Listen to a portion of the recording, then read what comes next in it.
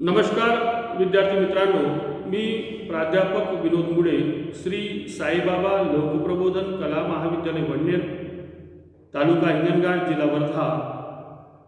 मी आपलं सर्वांचं स्वागत करतो. आजच्या व्हिडिओमध्ये आपण BA भाग 3 सेमिस्टर 5 विषय राज्यशास्त्र पेपर 5वा तुलनात्मक शासन आणि राजकारण यातील प्रकरण 5वे राजकीय पक्ष. या अगोदरच्या व्हिडिओमध्ये आपण राजकीय पक्षाचा अर्थ, त्याची व्याख्या, त्याचे स्वरूप, राजकीय पक्षांची कार्य आणि त्यानंतर इंग्लंडमधील राजकीय पक्ष याबाबत आपण चर्चा केली. इंग्लंडमध्ये द्विपक्ष पद्धती असल्याचं आपल्याला दिसून येते. साधारणतः 17व्या शतकामध्ये इंग्लंडमध्ये पक्ष निर्मितीचं काम सुरू झालं आणि आज तिथे हुजूर आणि मजूर हे दोनच पक्ष असल्याचं आपल्याला दिसून येते. तर त्या दोन्ही पक्षांची वैशिष्ट्ये आपण पाहूया. नंबर 1, द्विपक्ष पद्धती. इंग्लंडमधील राजकीय पक्ष व्यवस्था ही द्विपक्ष पद्धतीचे उत्तम उदाहरण आहे. द्विपक्ष पद्धती व्यवस्था किंवा द्विपक्ष प्रधान व्यवस्था ही राजकीय पक्षाच्या संदर्भातली ऐतिहासिक वारसा होय असं म्हणता येईल. प्रारंभीच्या काळात राजाचे समर्थन व त्याला विनंती करणारा एक गट आणि राजाच्या निरंकुश सत्तेला विरोध करणारा एक गट, असे दोन गट निर्माण झाले. या गटाच्या नावामध्ये काही कालांतराने बदल झाला आणि परिणामी हुजूर आणि मजूर असे दोन पक्ष अस्तित्वात आले. व्यापक दृष्टीने विचार केला तर ब्रिटिश राजकीय व्यवस्थेमध्ये तिसऱ्या प्रभावी पक्षाचे अस्तित्व निर्माण होण्याची शक्यता नाकारता येत नाही. म्हणजे तिसरा पक्ष निर्माण होण्याची शक्यता नाकारता येत नाही, परंतु प्रातिनिधिक शासन संस्थेच्या यंत्रणेत दोन प्रमुख राजकीय पक्षांची भूमिका ही अधिक प्रभावी व महत्त्वपूर्ण असते.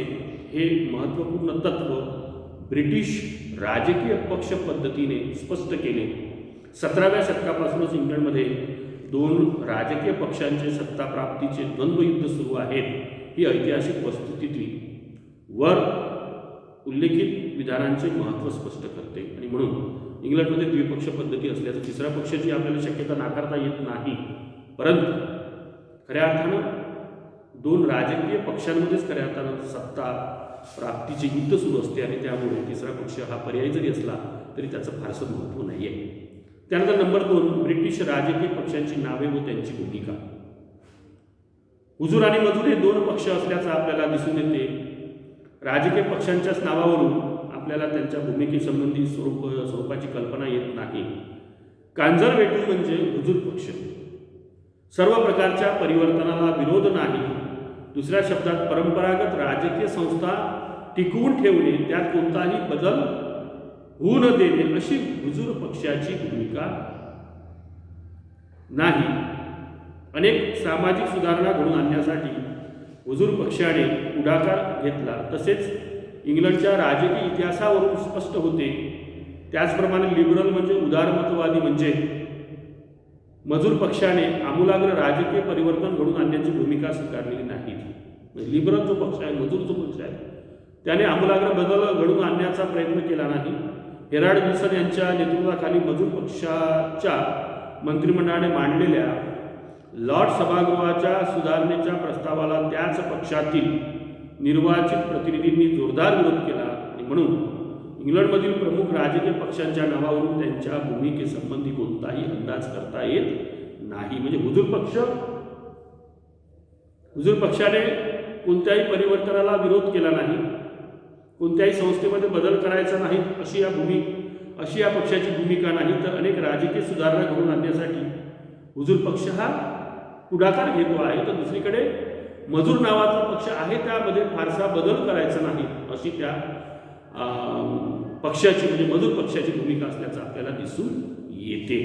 त्यानंतर परस्पर विरोधी विचारसरणी.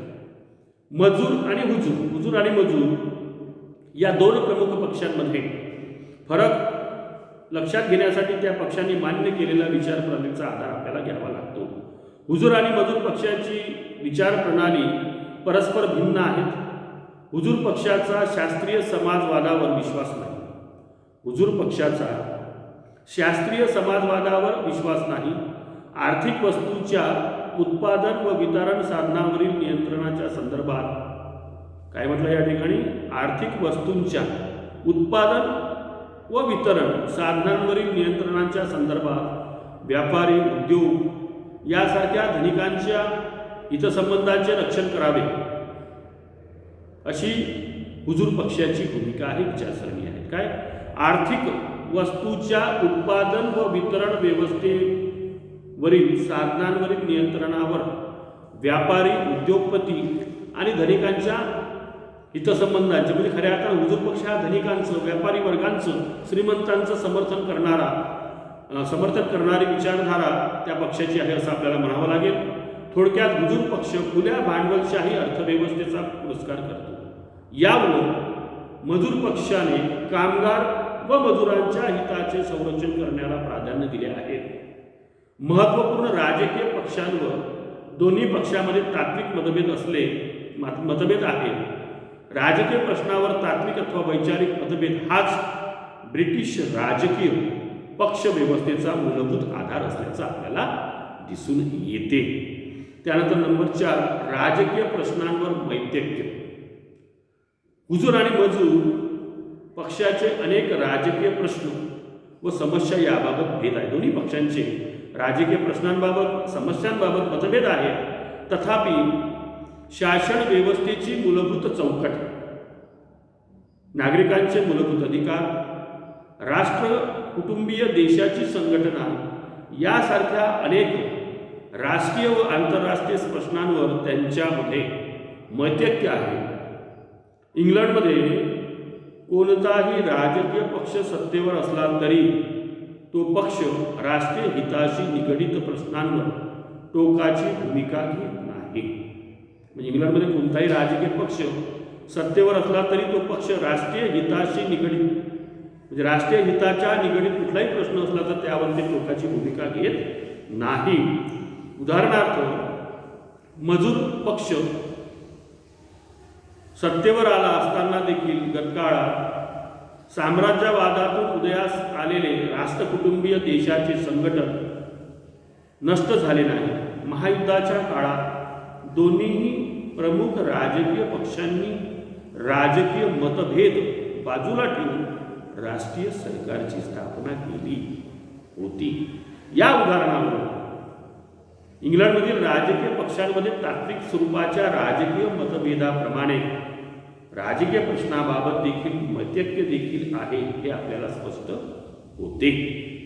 त्यानंतर नंबर 5, सुसंघटित पक्ष. इंग्लंडमध्ये प्रमुख राजकीय पक्षांची देशव्यापी स्वरूपाची संघटना आहे. पक्ष सभासद पक्षशिस्तीचे पालन करतात. पक्षविरोधी मतदान, पक्षांतर यासारख्या बाबी क्वचितच घडतात. राजकीय पक्षांची संघटना व पक्षशिस्त या वैशिष्ट्यांमुळेच मंत्रिमंडळात्मक शासन पद्धती यशस्वी होऊ शकली हे लक्षात घेणे आवश्यक आहे. पक्षाने मान्य केलेली राजकीय तत्त्वे व कार्यक्रम यांना क्रियाशील पाठिंबा देणारे सभासद वाढविणे हे दोन्ही पक्षाचे ध्येय आहे. मंत्रिमंडळाची निर्मिती बहुमत प्राप्त असेपर्यंत मंत्रिमंडळाला स्थिरता, मंत्रिमंडळाचे पार्लमेंट प्रति उत्तरदायित्व इत्यादी महत्त्वपूर्ण संविधानिक तरतुदी प्रत्यक्ष व्यवहारात यशस्वी होण्यास सुसंघटित पक्षव्यवस्थाच कारणीभूत होते असं आपल्याला म्हणता येईल. विद्यार्थी मित्रांनो, आपण आजच्या या व्हिडिओमध्ये इथंच थांबूया. पुढील राहिलेली पक्षाची कार्य किंवा वैशिष्ट्ये आपण पुढच्या व्हिडिओमध्ये बघणार आहोत. हा व्हिडिओ बघून आपण लाईक करा, सबस्क्राईब करा आणि शेअर करा. धन्यवाद.